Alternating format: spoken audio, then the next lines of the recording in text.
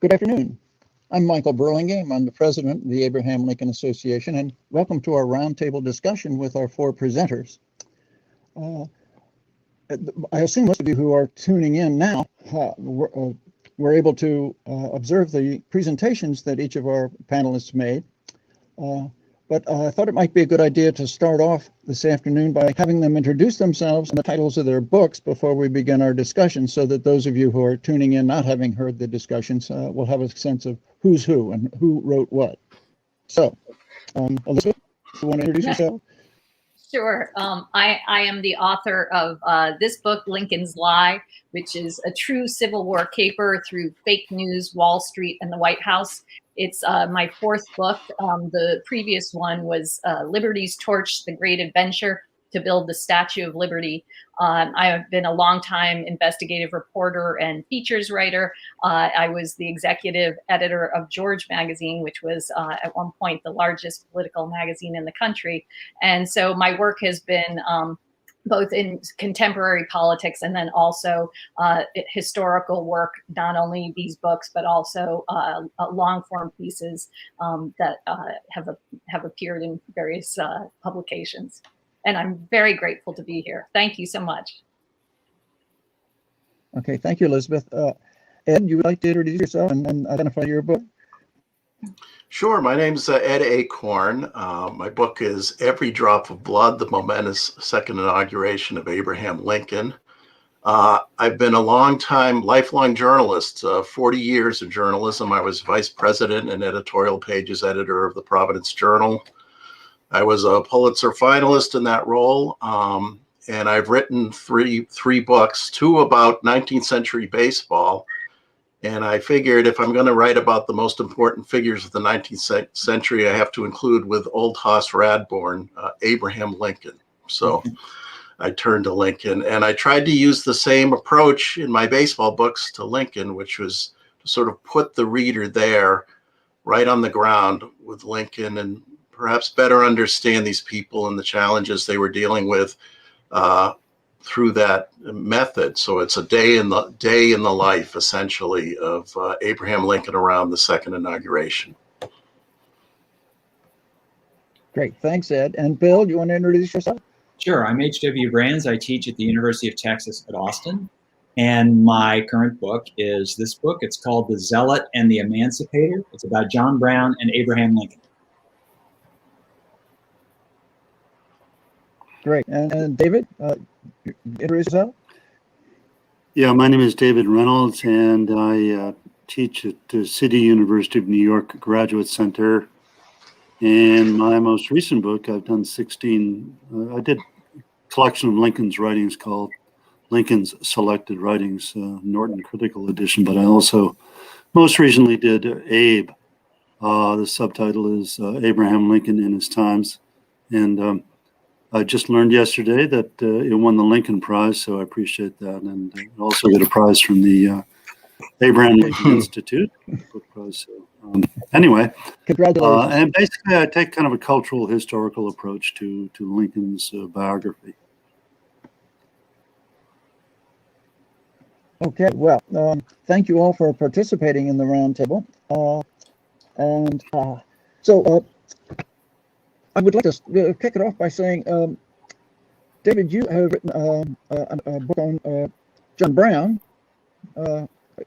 focusing just on John Brown. And Bill, your new book features John Brown and Abraham Lincoln. And do you two see eye to eye on John Brown? Yeah, I mean, I think we do. And I think we see eye to eye on Lincoln. Basically, John Brown, they both hated slavery equally, as Bill pointed out. But John Brown chose vigilante violence as he felt he was chosen by God to wipe out slavery. And so before the Civil War, he led a bold but doomed effort to free the slaves. And Lincoln looked at that and said, John Brown is very generous, self-sacrificing. We agree with him in his attitude towards slavery, but what he did was lawless. And as Bill points out, Lincoln tried as much as possible to adhere to the Constitution and to the electoral system.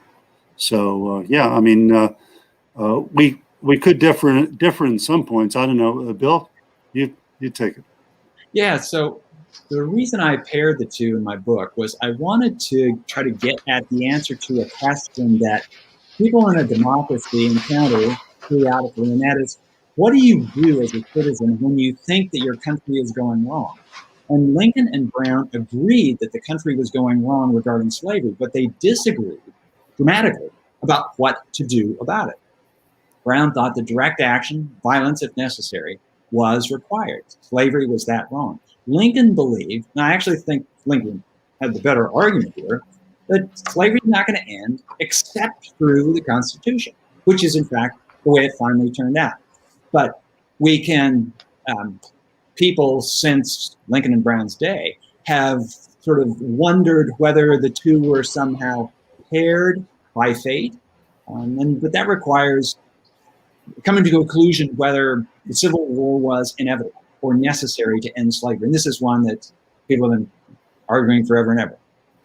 Yeah, and what I do in my book when I discuss John Brown is I put him in the camp of the higher law. The phrase that Seward had introduced in 1850, William Seward, and the idea that there's a higher law than the Constitution. Some people perceive the Constitution as being pro-slavery. William Lloyd Garrison in 1854 burned the Constitution in public because he felt it was pro-slavery. And the idea of going for a higher, and John Brown actually wrote a brand new provisional Constitution of the United States in which slavery is in the first paragraph and so on and on. He also rewrote the Declaration of Independence. But Lincoln, and that really was the higher law. The trouble with the higher law is that it can be taken more or less in any direction. There have been abortion doctor killers, murderers who cite John Brown, and the Oklahoma City bomber, cited John Brown, and there have been violent people. The people that attacked the Capitol. I'm not saying I don't know if any of them were driven by John Brown, but they could have been on January 6th because they thought that a wrong had been done to their nation, and in the name of their higher law, they wanted to protest. And now it so happens that John Brown was right in his point of view, as W.E.B. Du Bois said. John Brown was right in his point of view. It's really the means, as Bill was saying, how are you going to accomplish the means, even though they're noble and good? And Lincoln chose the Constitution.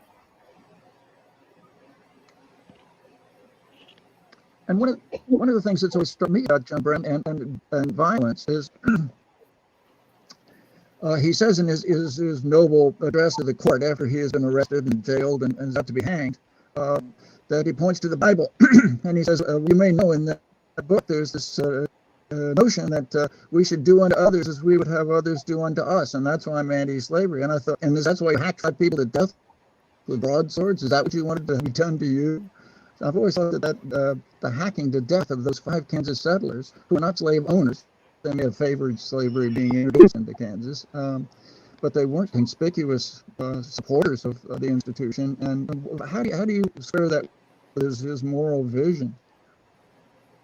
Well, I think and maybe David knows this better than I, but I don't recall seeing a place where John Brown said explicitly, but I think he took the position that the war has already begun. And in a war, people who are fighting in the war, they're sort of fair game for the other side.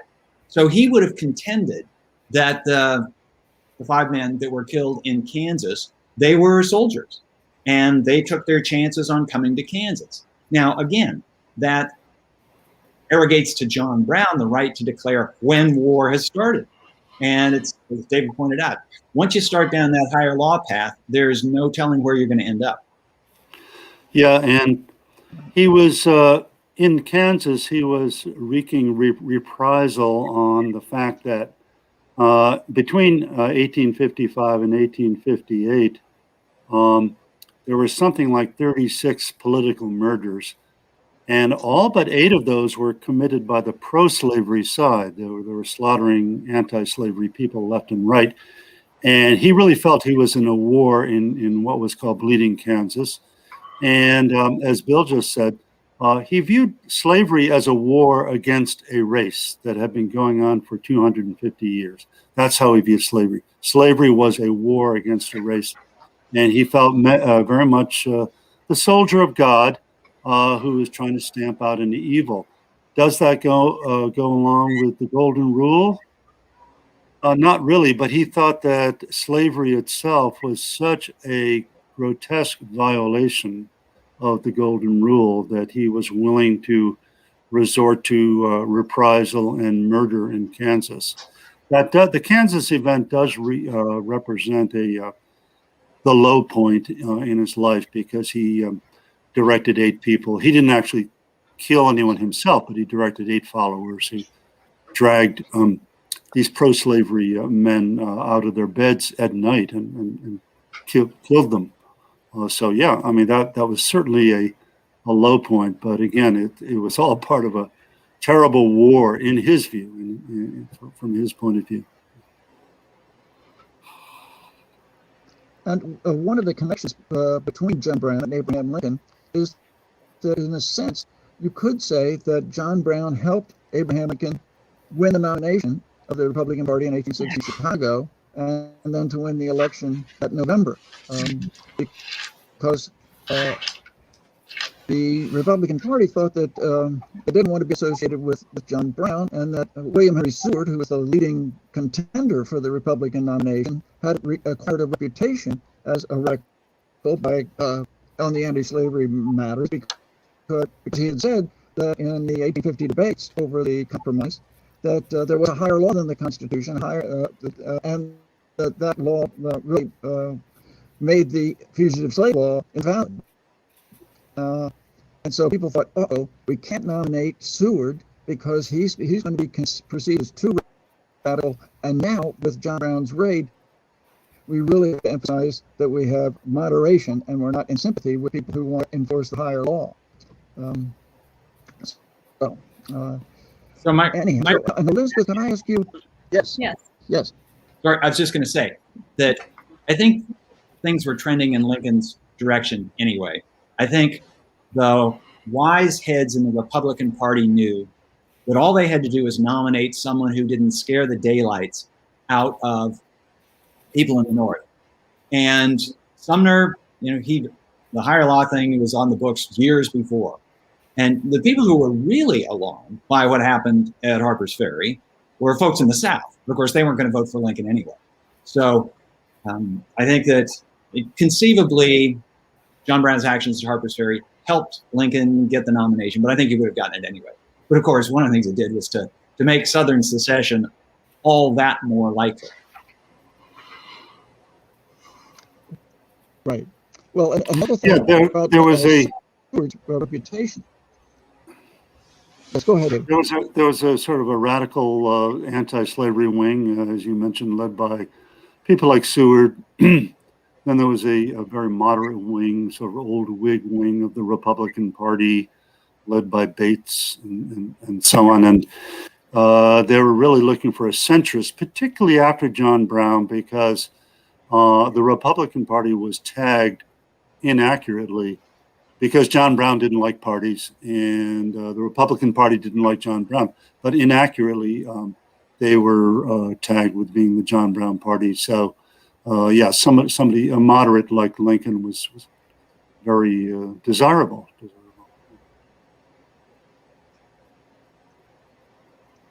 And David, you mentioned the statement that Lincoln made about why he was elected. Apropos of your analysis of Lincoln and the youth vote, you quote Lincoln saying, "I have just been elected president as honest old Abe." And you offer that in the context of how his campaign appealed to younger voters, but the full context of that quote is, "I have just been elected honest old Abe And how can I, as my first public act, appoint a man to my cabinet, Simon Cameron, whose name stinks in the nostrils of the American public for corruption? And that's one of my favorite Lincoln quotes. And I found it in an interview that John G. Nicolay, Lincoln's personal secretary in the White House, had conducted by a former Pennsylvania congressman many years after Lincoln's death.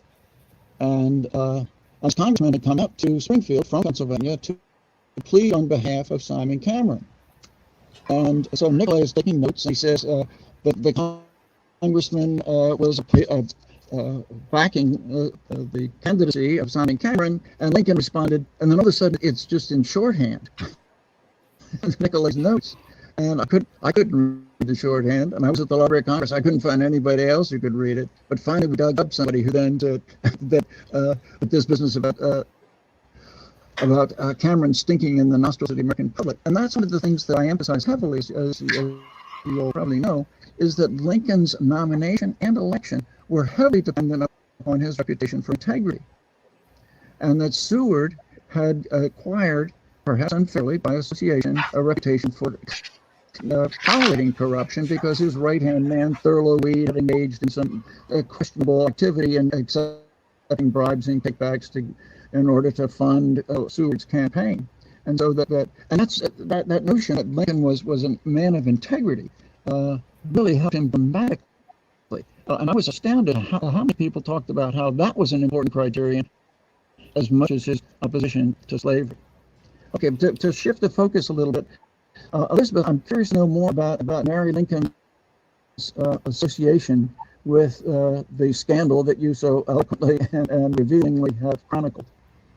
Well, it was very interesting to me to look into this incident, which was in May 1864. There was a false proclamation by Abraham Lincoln that ran in two of the most important newspapers in New York, and so it was it dropped early in the morning in the papers. It caused a real commotion in the streets of New York, and Wall Street. Gold shot up on Wall Street for a period of time, just enough time for some people to make fortunes off of it. So I was curious about the incident because of the fact that Abraham Lincoln's first response to this was to, first of all, shut down the telegraph and then send out an order to arrest the newspaper editors and put military in the newspaper offices. And while one could expect something like that in the short term, perhaps, it seemed that the fact that it dragged over days was really something different than what I would have expected from Abraham Lincoln. And so what became truly interesting was taking this one little moment, which in his whole presidency is just a snapshot, but taking a look at how it brings you through all the corridors of power, so there was the press at the time and the Wall Street and the White House. So what this leads to is in the investigating, I started to notice that it appeared to be done to change the values of gold on Wall Street. And then the reporter who was eventually arrested for this, I found was apparently one of the confidants of Mary Todd Lincoln. She, just a couple of weeks before this incident, wrote to one of her creditors, one of the merchants who she owed a huge amount of money to, and said, I will be able to pay you back by the beginning of June. So it's the period of time, from late April to early June. And the amount was $26,000, which was more than Abraham Lincoln's salary for the year. So you start to look into what possibly could have happened there that for her to be able to generate that or have the expectation to generate that amount of money in such a short amount of time. And then it echoes another leak that had happened earlier in the presidency. And as you go through the full investigation into, the lack of a trial for the journalist who was arrested, and then a sinecure position given to him later, it looks very much like Mary Todd Lincoln was trying to settle her debt by leaking something from the White House, because Abraham Lincoln had signed and written out in his own hand and signed an order for 300,000 soldiers the exact same day of this false proclamation, which was for 400,000 soldiers. So it appears that a leak had caused this entire thing, and his fury and all the rest.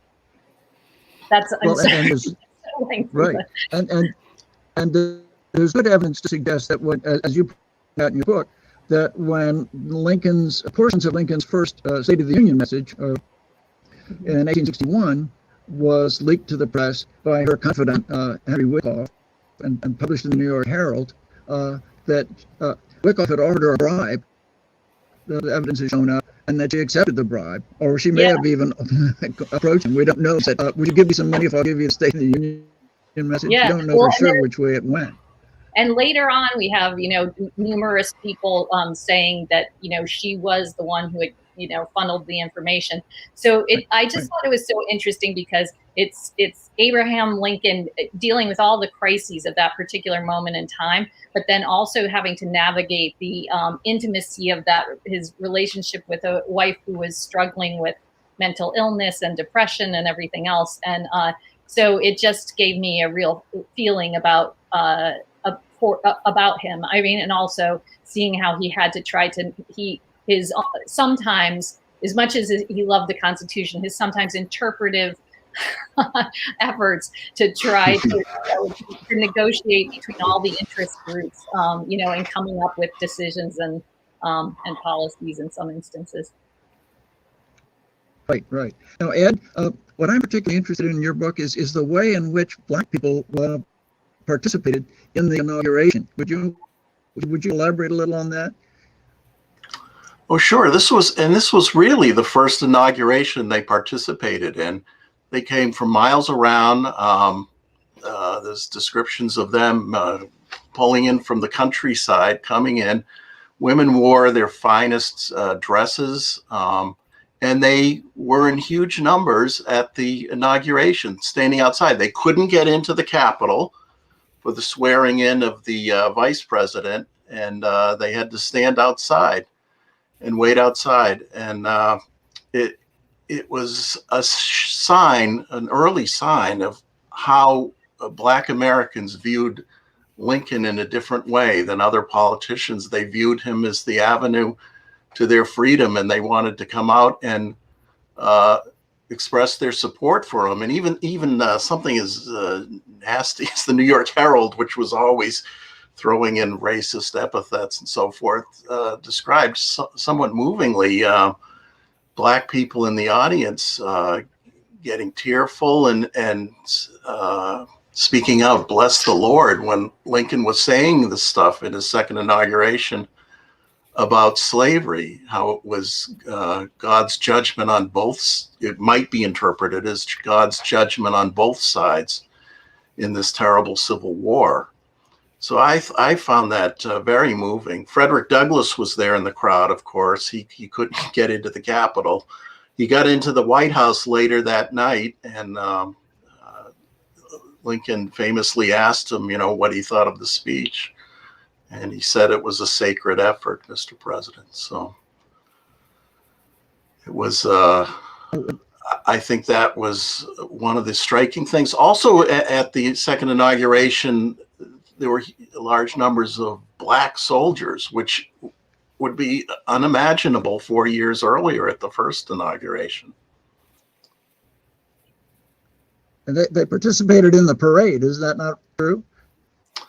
Yes, they did. There were Black soldiers in the parade, and it was kind of a haphazard parade because they're marching in the mud and the rain on the way up to the ceremony, and then they marched back.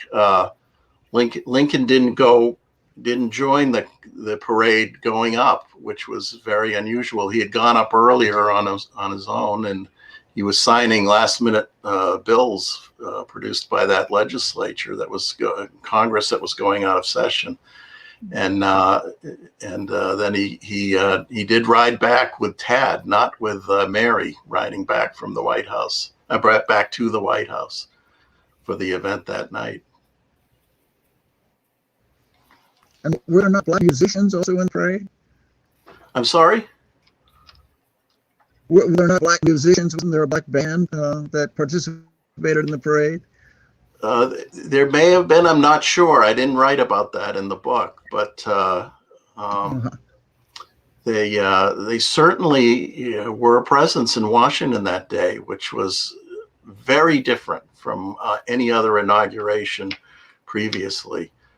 There was obviously an early passion for Lincoln and a recognition of what he had done, even though, I mean, Douglass, for instance, was very negative about Lincoln throughout the war. He came gradually to see that although he was a plotting politician and he was, as Douglass put it, the white man's president, he did obviously, he was the guy who brought about this massive change that freed his people. Well, you allude to Douglas' reference to Lincoln as preeminently the white man's president, which was from a speech that is very well known that Frederick Douglass gave at the installation and dedication of the Emancipation Monument, which David, during his presentation, presented an image of. I was astounded when I did my research way back when to find in the Frederick Douglass papers a speech that Douglass gave as a eulogy on June 1st, 1865 at Cooper Union, which was widely covered in the New York Press and the Herald and the Tribune and the Evening Post and all those papers, in which he said Abraham Lincoln was emphatically the black man's president, the first to rise above the prejudice of his times and his country. By inviting me, Frederick Douglass, to come to the White House, he was saying, by that gesture, I am the president of the black man and the white, and I mean to honor their rights as men and citizens. And I was astounded to find that because, of course, I was familiar with the speech in 1876. Right, right. And David, you write quite eloquently about Lincoln as a radical anti-slave, anti-racist. You really lay it on thick. I applaud heartily, by the way. I fully agree. I'm working on a book about that. About Lincoln's interaction with black people, not speeches and proclamations and policies, but face-to-face interaction with black people. And you I think, make a very good argument. And you quote that. You're one of the few people who actually quotes that eulogy. What do you suppose led Frederick Douglass to do that about face between 1865, calling him emphatically the black man's president, 1876 saying preeminently the white man's president? Yeah, I know. It's some people quote the 1876 speech, but if you actually read that speech, it's a little more subtle. He goes on to praise Lincoln in that 1876 speech for, in a sense, saying he had to be at that moment. He had to kind of submerge his lack of racial prejudice to some degree. He had to strike a balance to kind of keep people motivated. However, as Ed had mentioned earlier, during the Civil War, Frederick Douglass had gone through a radical change from viewing Lincoln as being really a little bit backward and quite slow on slavery, to after meeting Lincoln a couple of times in the White House and also witnessing the Emancipation Proclamation and the use of 180,000 African-American troops, and then finally trying to appoint Douglass to make a kind of John Brown-like scouting mission into the South to spread the news of emancipation. And Douglass was thrilled to receive that commission, although that mission was obviated by the fact that Sherman was storming through Georgia and Grant was doing well in Virginia and everything. But so Douglass didn't actually have to do that mission, but still he was quite stunned. And he came out of there saying that the same thing that Sojourner Truth said, that basically on a person-to-person basis, Abraham Lincoln was the least racist or least prejudiced. They didn't use the word racist back then. Least prejudiced white person they had met personally. So and Martin Delany, whom Lincoln appointed as the highest officer right toward the end of the war, highest African American officer, was he had been like a Marcus Garvey, pre-Marcus Garvey emigrationist, sort of beyond Black Lives Matter. I mean, really radical. But he was totally thrilled to meet Lincoln. They respected each other a lot. And then when Lincoln died, of course, Delany cried for about an hour, and then his vision of a monument to Abraham Lincoln was going to be an African woman. It was going to be called Abraham Lincoln or something, but an African woman, not even African American, crying millions of tears, and that this monument was going to be funded by a penny from each of the formerly enslaved people that Abraham Lincoln had emancipated through his both through the Emancipation Proclamation and through his direction of the war. So it's really wrong, I think. The statue, the Emancipation statue, was recently removed from Boston. Why? Because the enslaved person is rising from his knees and Abraham Lincoln standing.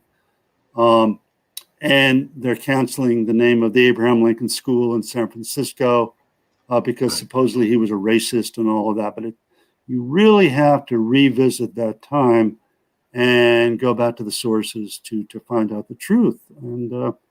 And what Ed said about the African Americans being at the second inaugural, and the way Lincoln was greeted by African Americans when he walked into Richmond in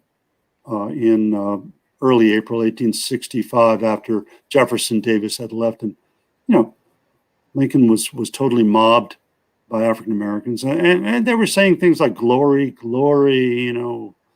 Jesus and God and everything. So you can't just remove a statue just on the basis of today's understanding of race. So yeah.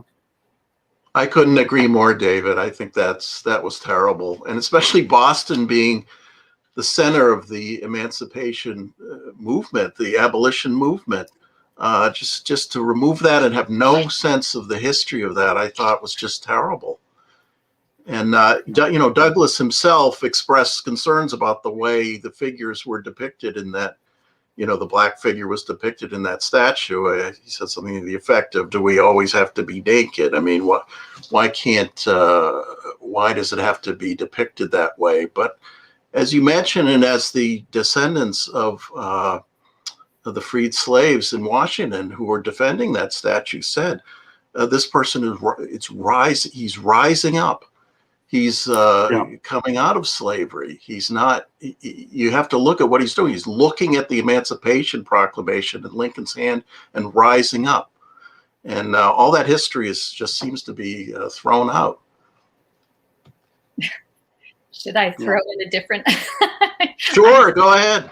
I mean, I agree overall, because I personally, like so many of us, really revere Abraham Lincoln because of the absolute courage of taking on slavery. I mean, to actually be in the highest office of the land with the positions that he had. Obviously, his life was in danger from the very beginning as he went towards DC.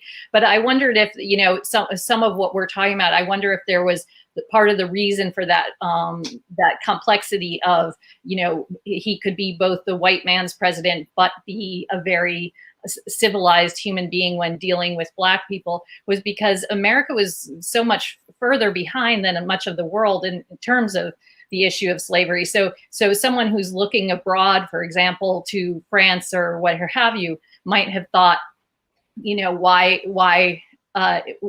what are the levels of expectation? When I was doing the Liberty's Torch book, there's some really interesting passages where Lafayette's last trip to America, he makes a point of going to the Hill and giving a big speech saying, America, essentially, I love you, but the one thing that is, is this terrible stain is slavery, and you need to address it now, and that was obviously so long before. So I think, is it possible that the people, an intellectual like Frederick Douglass would be aware of how how Black people were treated in different parts of the world? By that point, even Egypt had allegedly officially ended slavery. So it's a point of contrast or something like that.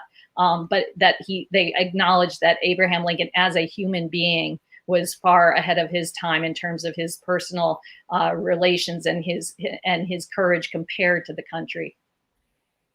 So a comment I'd make on this is, whatever the present day thinks of Abraham Lincoln, he was the most progressive president who could have been elected in 1860.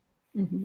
And that's the way you always have to judge political figures. Is if he doesn't pass muster to 2021 liberal sensibilities, well, that's beside the point, because the reason that we're having this conversation, the reason there's a symposium, the reason there's an association, is that he did get elected president, and then he did do all the stuff that he did. If he had been very much more liberal, progressive, he simply wouldn't have got the nomination, never would have been elected. Yeah. I mean, I just wonder the difference between being remembered in history as, clearly we've written books. There's, whatever the number is now, 5,000 something books about him. He's on the money. He's on the, he's down in DC in one of the most revered spots. So it's just a question of, is taking down a statue erasing history, or is it something else? That's the only thing I would wonder.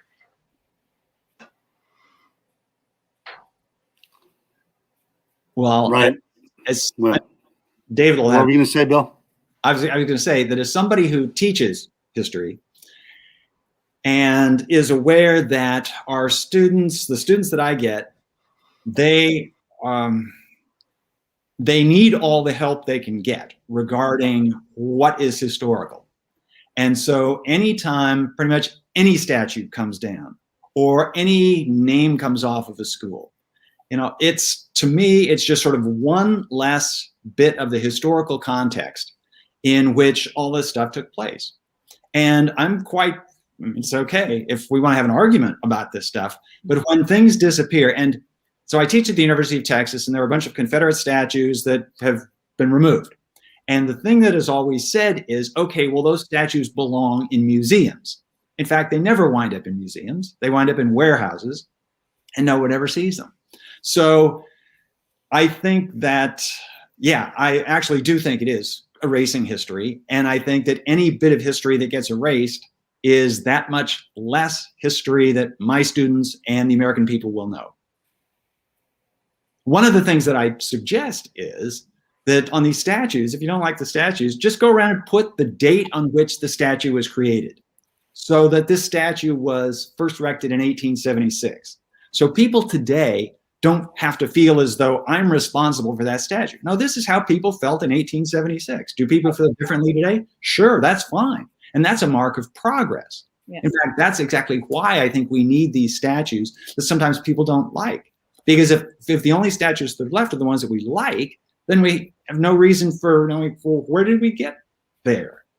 So, I agree. I've been doing a little, reporting, trying to get, the different viewpoints on this. And one of the things that's most noticeable is people are most attached to the statues that actually tell a history, so that what you're saying would be so much better in these instances. And the other thing people like is a statue, a monument where the solemnity of the situations reflected. So, the reflecting pool or the eternal flame and things like that. So it's just, so I've just been curious, sort of, looking into this issue of how do these monuments enter into people's understanding of who the person was. And so, yeah. Well, in the case of this particular statuary group, I thought it was particularly important to sort of respect where it was coming from. It was freed slaves who raised the money to put up that first statue in Washington. The Boston one was a copy of it. And I think we should look at what they did and why they did that, and draw some lessons from that, rather than just say they were backward or something and not respect what they were doing at the time. And I hope these statues can help educate everybody about our history and how we've changed, and as we've all discussed here. Yeah, and another thing, when certain people today say, "Oh, let's remove this Lincoln statue because Lincoln was, quote, a racist," or something like that.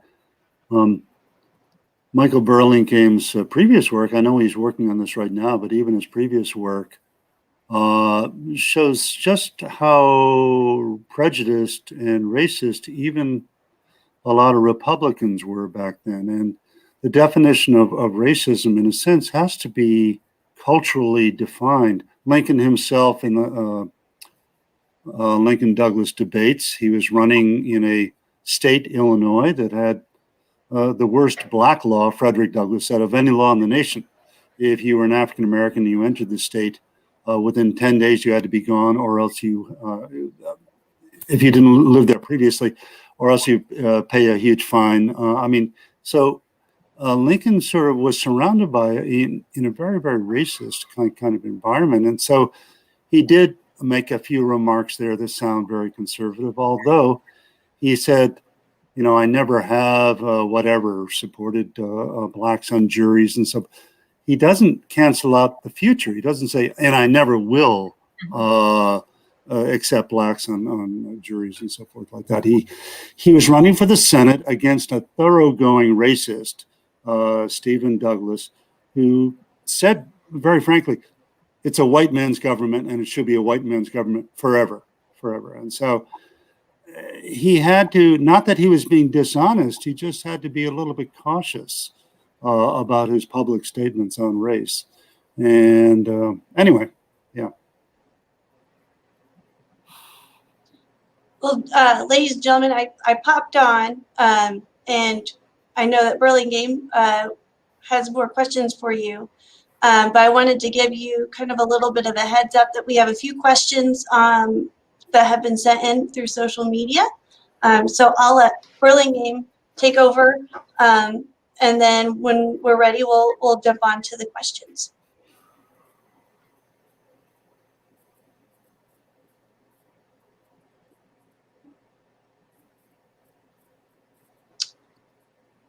Burlingame, I think you're on mute. Can't hear him. Yeah, can't hear him. Maybe without the headphones. Yeah, maybe the headphones should come up. Oh, he is on mute. There we go. Oh, you're on mute again.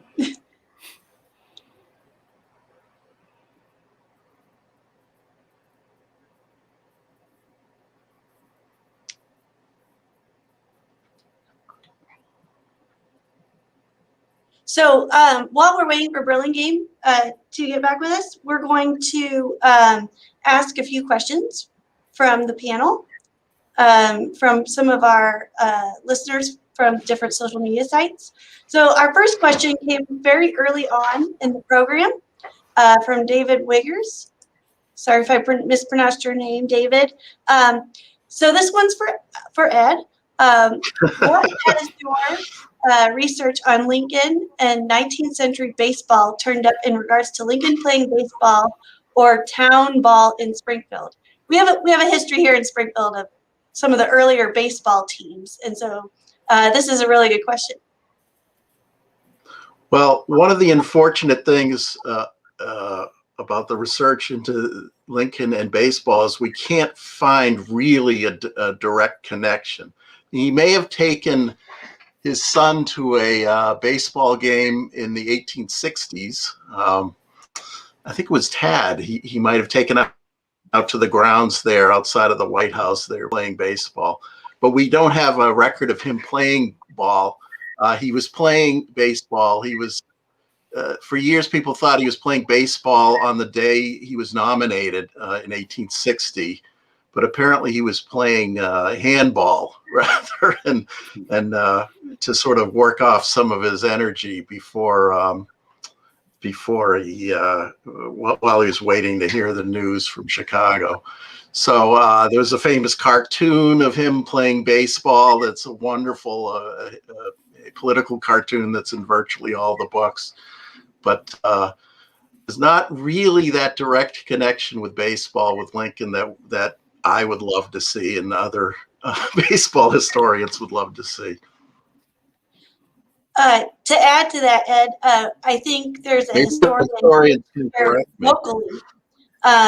His name is Dick Hart, so Richard Hart, if you're familiar with him. He does a lot of local history books on Abraham Lincoln and the surrounding area here in central Illinois. And he wrote a book called Entertainment in Lincoln Springfield. I looked up because it's right on my shelf here. So if you're interested in adding baseball into the Lincoln story, he's actually an Abraham Lincoln Association member.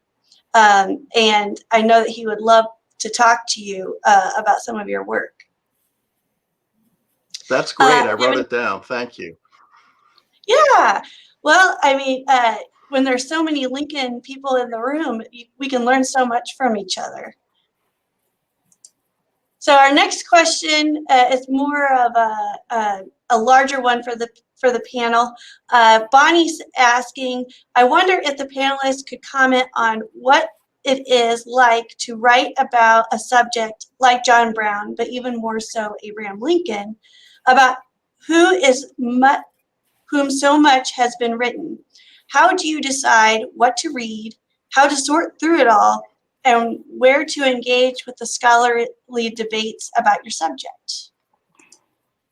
Yeah, I think I can address that because I've written books on both Lincoln and John Brown. And most readers who read my books feel like what I'm saying is fairly fresh and fairly new, or a lot of it, because I always look for what hasn't been said about these figures. And fortunately, I've been able to spend about the last 30 years studying the culture surrounding Lincoln, and having written books on Walt Whitman and Edgar Allan Poe and Emerson and so forth.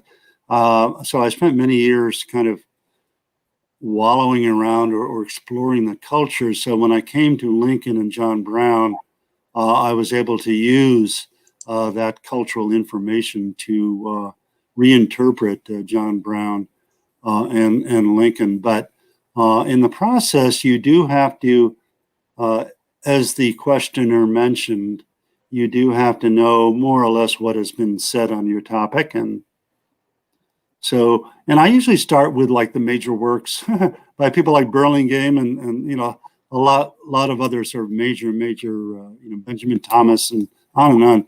And then I kind of work down from there. I usually start most recently, go backward and look in the footnotes. And so, you have to know what's been said already, obviously, so you can come across as kind of fresh in your interpretation. But Elizabeth said maybe 5,000. I think the count is more like between 16 and 17,000 in terms of the separate books that have been written on Lincoln, not to mention all the articles. So that was tough. And many books have been written on John Brown too, but yeah. Yeah, I personally, because I was working on a particular incident, was able to just sort of study Abraham Lincoln through that particular lens. So that opened up some other territory of research. So I mean, absolutely, Michael Burlingame's work is pivotal in terms of understanding the journalism of the time, Lincoln himself. And then because I was tracing how this worked through Wall Street and through the media of the time, I was looking at things even like telegraph age, where the telegraph operators would report on incidents from their perspective, which was very interesting. And then a lot of time in the Library of Congress digging through letters on sort of and at the National Archives and military records that were of particular use for my purposes. So, and then, you know, there are people like Harold Holzer's analysis of Lincoln and the press, which was very helpful as well. I will add that while it is daunting to take on a figure like Lincoln, about whom so much has been written, a reassuring thing about all this is that there has been and still is this tremendous interest in Lincoln. So if you do a good job, however you describe the job to yourself, there will be people who are interested in reading it. And that's a great thing. You can choose somebody or something about which nothing has been written, and there's probably a reason nothing has been written about it. The reason that so much has been written about Lincoln is people want to know about Lincoln. Yeah, my approach. Yeah. Go ahead, Ed. I'm sorry. No, go ahead, David. No, I I'm was just just going to say my that, approach is to. Yeah. You go ahead. You go ahead. My approach is to do a micro history treatment of this, and you know, it's based on, you know, decades and decades of reading all these books, including David Reynolds' great books and Michael Burlingame's, of course, and the other panelists here.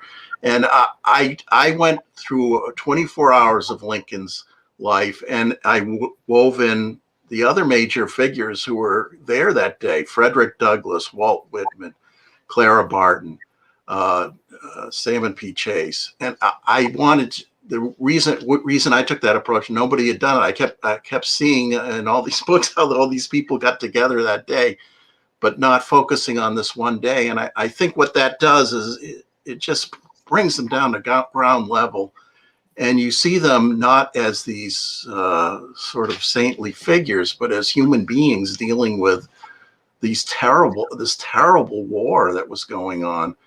And they don't know what's going to happen next, and they all bring a slightly different perspective to this war. And I just found that was really fascinating. It also brought out for me just the suffering of this war and the passion and the pain, and I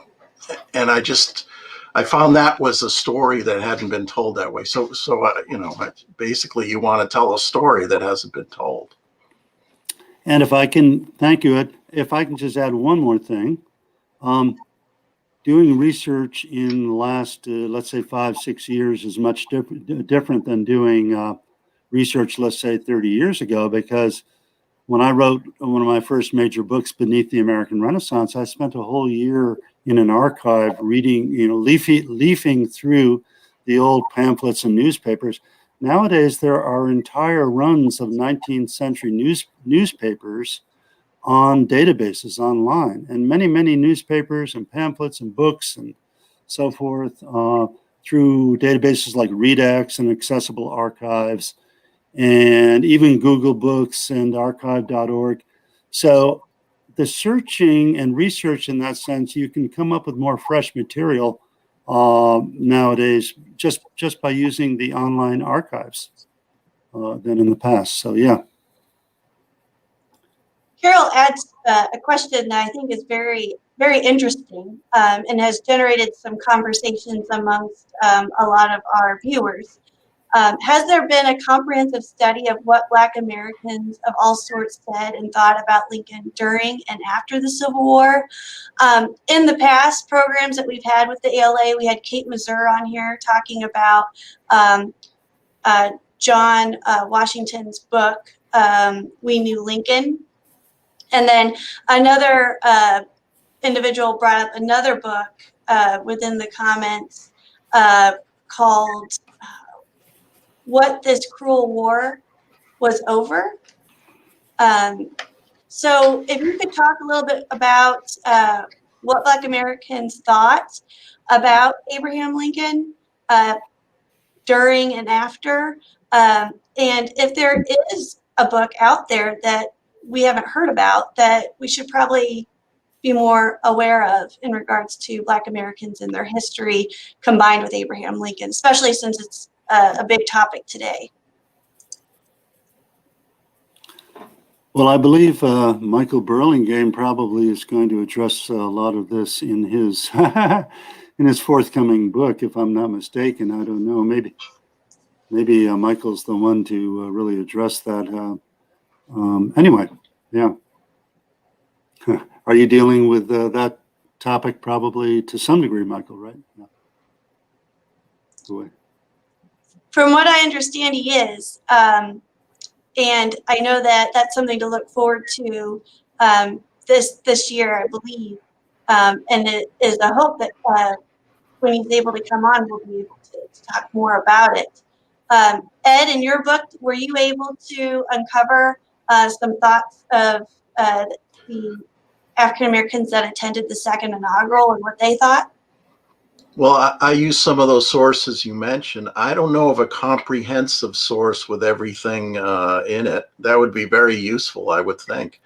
But I read through what Frederick Douglass had to say, basically because he was a character in the book, and just in terms of my overall reading, what I had come across. But I can't recommend any specific thing. But I think Frederick Douglass's writings are completely worth people's time reading. I think he's an incredible, he makes an incredible morally powerful argument in everything he writes. And he's not always right, but he's, in my opinion, he's incredibly powerful, very moving, a beautiful writer. And boy, I would read him if you get a chance, including his editorials for his newspaper. Yeah, a lot of what we know about the way Black people felt about Lincoln kind of comes through contemporary accounts. Now Douglass does, you can read through his writings and find commentary, but then, and you can also read Elizabeth Keckley, of course, behind the scenes, her book, which was about her description. She was an African-American dressmaker who worked for Mary Lincoln, so you can read her account. And there are a few other firsthand accounts, but a lot of the other accounts, frankly, are reports about, for example, Sojourner Truth and her visit in 1864 to the White House and the response that she had to Lincoln. But it would make a great book for sure. And again, I don't know if Michael is listening to us, but I think that he'll probably slant his book in that direction, or at least encompass some of that. And of course, Lincoln was rather close to several African American people in Springfield when he lived in Springfield. William Florville and William Donegan and several others, and we have reports about that and some letters and so forth. So, but yeah, you would have, if you can write a whole book, you'd have to sort of piece it all together. Yeah. I know that that's been a big discussion amongst us here in Springfield, is trying to diversify the Lincoln Scholarship world, because throughout the years, we've studied the life of Lincoln, but now getting to know the people that surround him have become very popular within discussion.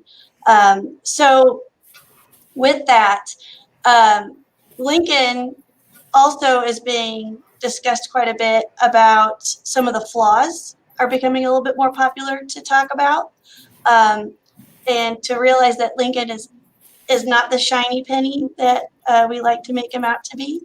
And so one of the comments that we had on here were some of the connections that Abraham Lincoln had using his words to connect with people. So like Mike has mentioned, in Cooper Union's Lincoln doesn't verbally assault John Brown, but protests that Republicans have nothing to do with stirring up insurrections and that no Republicans were involved. Do you think this was a political strategy to attract Brown supporters while distancing himself from the violence? And do you see any parallel to what's going on in the Senate today? I know that's kind of a very careful subject. So I'm going to leave that to all of you to answer. I'll start on it by saying that I think Lincoln was being entirely sincere in saying that John Brown is not a Republican, and I don't support John Brown. And I don't think he was trying to figure out a way of getting John Brown's supporters to vote for him, because I don't think at that point John Brown had any supporters. I mean, there were abolitionists, yes, they were willing to praise John Brown, but it's not as though there was this big block of John Brown followers who were looking for somebody to vote for. And if they were looking for somebody to vote for, Lincoln was the best choice they had. So I don't think there was any kind of signaling going on here at all. I think Lincoln was being perfectly sincere. Yeah, he didn't want to. During the Civil War, John Brown, during the war, John Brown's Body, Moldering the Grape becomes the most popular marching song. And Emerson comes out and says John Brown's speech for the Virginia court was second only to the Gettysburg Address in the great addresses. So he becomes kind of a martyr to anti-slavery during the war. However, at the beginning of the war, Cooper Union was before the war. Lincoln really had to be very careful in any sense, sympathizing explicitly with John Brown. And so he made very clear that he didn't like slavery, but he said that to invade the South, this is just on the verge of the war after the initial secession, to start a war now would be like a John Brown raid on a gigantic scale. So not only a Cooper Union, but also personally, he didn't want to associate himself with the violence that John Brown represented for most people. Now, as I argue in John Brown Abolitionists, increasingly, he adopted certain strategies of John Brown. And he mentions John Brown several times to Frederick Douglass, to other people, to Martin Delany. And he says, what I'd like you to do is kind of what John Brown did in terms of, going into the South and spreading the good news about emancipation and all of that. But that was later in the war when the North had the upper hand. So in a sense, it becomes John Brown's war, so to speak, but only as it becomes a very hard war, and then it's quite clear the North is winning the war. I think it's very important to remember that until the war actually began, Lincoln was doing his best to prevent a war from starting. And he looked at John Brown and says, John Brown is trying to start the war. I'm trying to stop the war. I'm trying to prevent it from breaking out. And once the war broke out, then things changed. But even there, for the first 18 months of the war, Lincoln took great pains to say that this is not a war about slavery. Now, once he concluded that emancipation was necessary for the Union to win the war and to hold the Union together, then he comes around. And by the end of the war, in fact, by his second inaugural address, he starts to sound very much like John Brown, with John Brown's the last words about how this great scene of the country will be atoned only by blood. And Lincoln's second inaugural comes pretty close to that when he talks about every drop of blood by the slaver's lash will have to be, calculated by, have to be redeemed by a drop of blood drawn by the sword.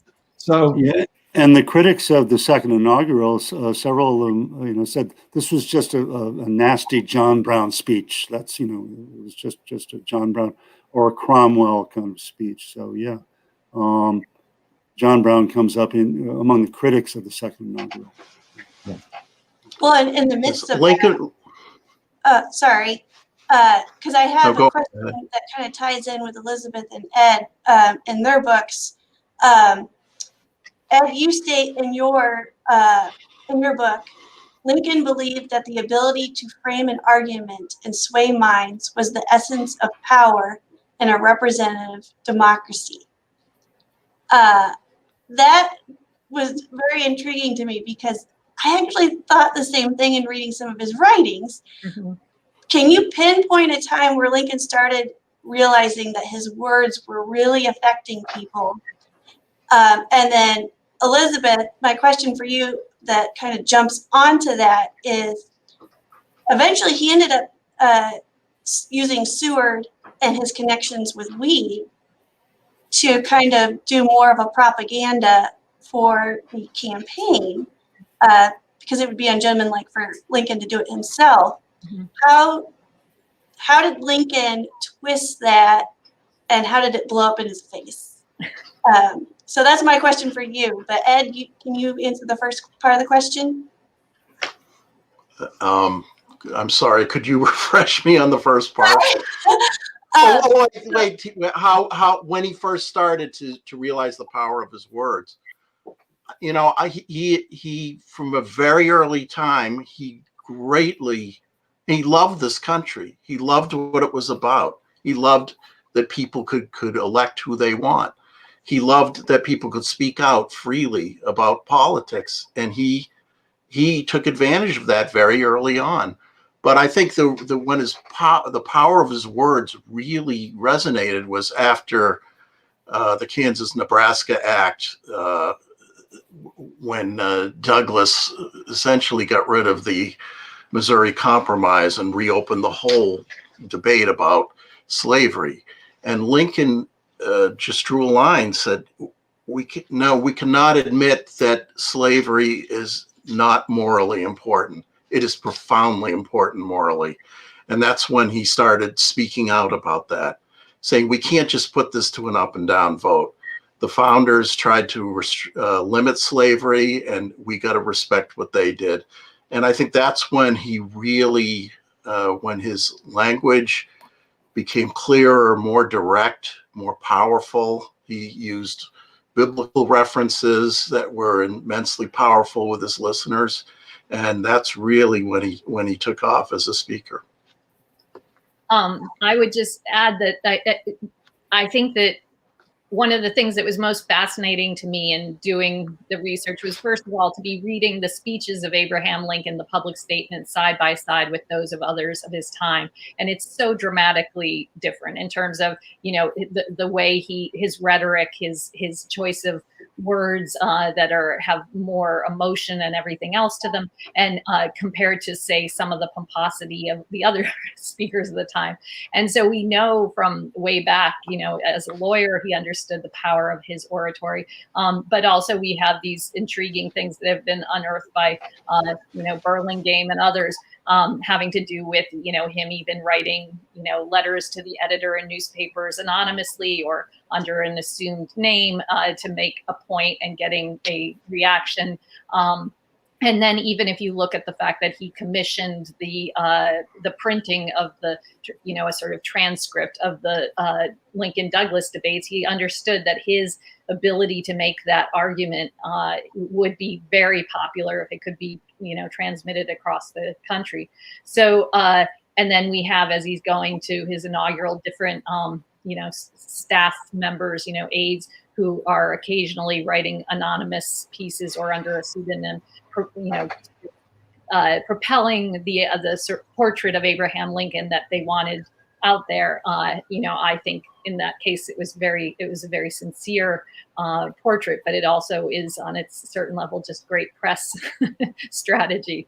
And so, you know, it's interesting in the incident of the false proclamation, there's this moment where people are accusing Abraham Lincoln of shutting down those newspapers because they were heading into the Republican convention. And the idea was stop the Democrats from having a voice just as you head that way. Now, I personally don't think that was his strategy, but it's an interesting idea of, you know, the idea of, you know, turning on and muting coverage when needed to get at the bigger issues that he was hoping to, you know, address in his presidency. He was very crafty. Very crafty. Interestingly, very savvy. That's the other thing. I mean, I think it's interesting to see him as that sort of political figure. Well, as a parent, I like to think that he ended up publishing the debates because he was so tired of repeating himself. That's probably true. That's probably true too. Another question that we received here is from David from YouTube. He stated, can novelists provide insights into Lincoln's internal world, or is this just a product of an author's imagination? Thinking of books like A Friend of Mr. Lincoln, or I would like to add even like Lincoln the Bardo, or Courting Mr. Lincoln was another one for those who like romance. So what do you think novelists can bring to the table? I'll take a shot at it because a very good friend of mine, Stephen Harrigan, is the author of A Friend of Mr. Lincoln. And I can tell you that Stephen Harrigan is as good a historian as I know of any novelist. Now, the reason he writes novels is that he wants to try to get into those places where the historical record is silent and say, okay, so we know what the historical record says, and he takes great pains to learn as much about Lincoln as possible and then Lincoln's surroundings and life in Springfield.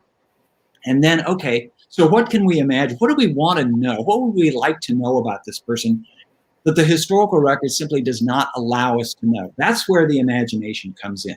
But to me, and as I say, I'm a friend of Steve Harrigan, and so I would say that that's the role of the historical novelist, not simply to make it up, but to learn as much history as you can and then go from there and imagine what would be plausible in these people doing that we can't know when we confine ourselves to the criteria of writing regular history.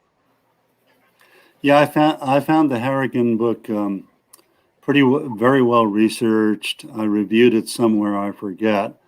And in his case, it's very good. And I think that people who, as Bill was suggesting, people who actually do the research and look as much as possible and then kind of fill out from that point, it can bring a certain humanity and a depth, a psychological depth, a human depth that is sometimes lacking in scholarly studies, historical studies, and so forth. So, if it's well done, I'm a fan of this kind of historical fiction. I think where I depart from that is that there's some historical fiction that is just almost totally made up. There are also some nonfiction books about Lincoln that throw in a lot of embellishment that is not based on solid scholarship. So, yeah. Michael, if you can unmute your screen, I'd like you to be able to join back in.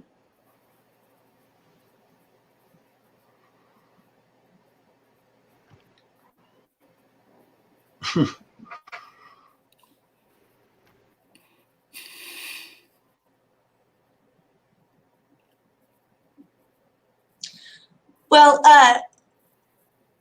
maybe he should phone in or something. Yeah. Well, while we get Michael unmuted, why don't you all just let us know too?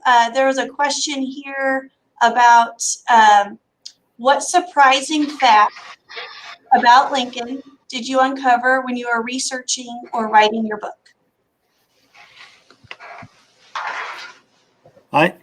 I hadn't really known that Lincoln had pretty severe constipation, and that supposedly, according to Herndon, at least his law partner, he could go for a week or something without having a bowel passage, and so forth. And that's one reason why he took these blue mass pills, which we know today are quite dangerous. They're made of mercury. But you have to realize that back then, it was actually just as dangerous or more dangerous to go to a physician as just to allow a disease to run its course. It was before germ theory and everything. So taking calomel or mercury could really give you brain damage and could do serious damage to you. So he did quit the blue mass pills, but he took them for a while. If I could comment here, David, I'm going to say that I'm guessing then you either didn't read or forgot Gore Vidal's novel, because that's a theme of the book. And this is Gore Vidal to me. That's right, yeah. Of the history. Oh, yeah, now that you mention it, yeah. Takes great liberty. He just uses the name Lincoln and then lets his imagination wander off. So, yeah. There are historical novelists who fill in the blanks, and there are historical novelists who just erase the stuff they don't like in history and rewrite that. And I'm not a fan of that at all. Right. One of the things that, there were many things I found interesting, including some of the things I've mentioned already about his press savvy and all that sort of thing.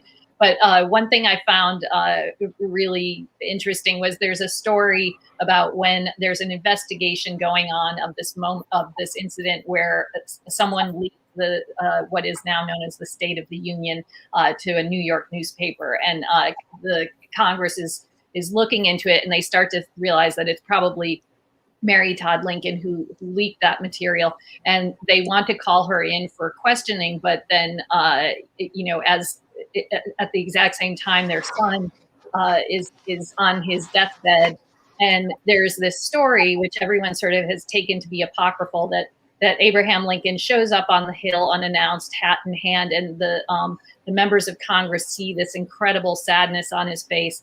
And he says, "To my knowledge, no member of my family was involved in treasonous activity."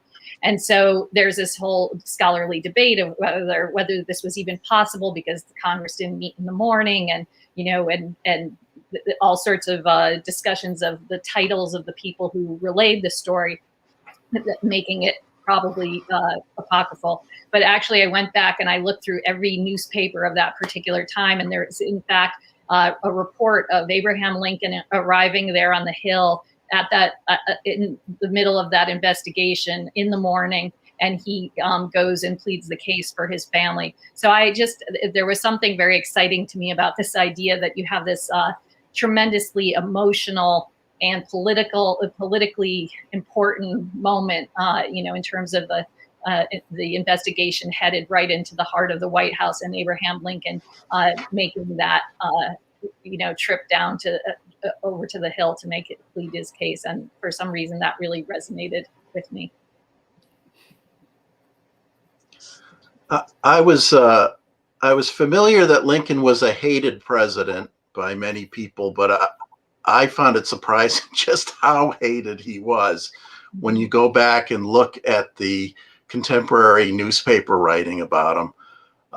And we view the second inaugural as this wonderful speech that who in their right mind could fault that speech? I mean, it's so beautiful. It's so out of character for a political occasion. But man, you look at the press coverage of that speech, the Democratic papers were screaming about, how does this guy presume to speak for God? This craven politician who's been a tyrant and has unleashed this flood of blood across the United States. How dare he presume to speak for God's will in this war?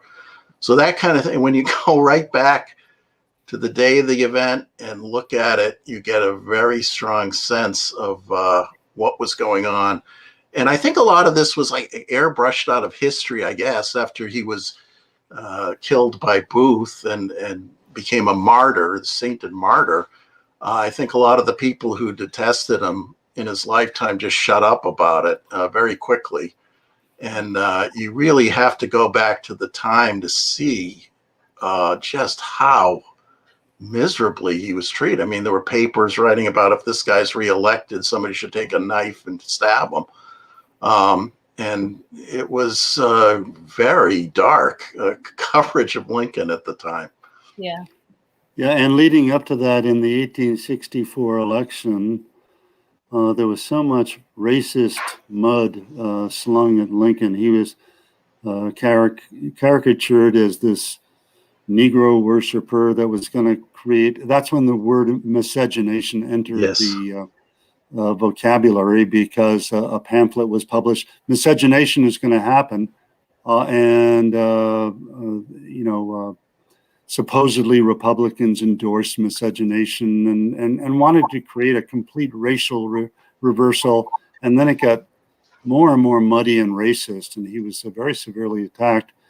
And John Wilkes Booth, who was a white supremacist, really, hated Lincoln for that reason, because Booth said, "Oh, I love blacks, but they should be enslaved." And Lincoln's just a vulgar tyrant who wants to create a racial reversal in this country. And so he gets obsessed by this idea. So in a sense, he's the product of all that. And he was there, as you know, at the second inaugural, and regretted. He said, "I came close at one point, but didn't come but I was brushed aside by the crowd. Otherwise, I wanted to do them off right then. John Wilkes Booth did. So, yeah. Well, thank you guys so much for being a part of this panel and answering a lot of our questions. And I know that a lot of the discussion within the social media that we've been having come in, they really enjoy having that deep discussion about what is liked and disliked about Lincoln and the statue conversation, and bringing to life a lot of these issues that Lincoln was arguing with and what we are dealing with today. I have on the phone here Dr. Burlingame, who's going to close us out. And thank you for your patience with technology. As we all know, in the midst of COVID, technology has been a blessing and a curse at the same time. So thank you for your patience with all of us. And I'm going to turn the mic over to Dr. Burlingame. Well, I'm sorry to have been absent during much of what went on today.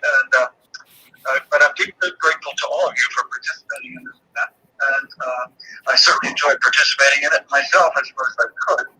And it's been a real pleasure.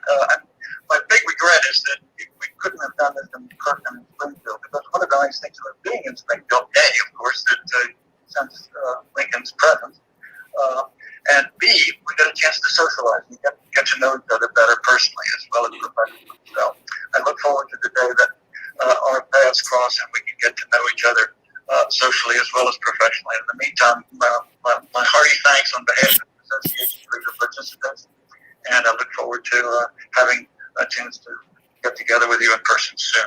So, Thank you. Thank you. Thank you so much. Thank you. Thanks. All right. Well, thank you guys so much for being here. If you are interested in becoming an association member, please feel free to go to our website at the AbrahamLincolnAssociation.org. Also, thank you for being with us to help celebrate Abraham Lincoln's 212th birthday. He still remains to be the president with the largest birthday party every year. So I encourage you to stay in touch. Read all of these amazing books that we've been hearing so much about here.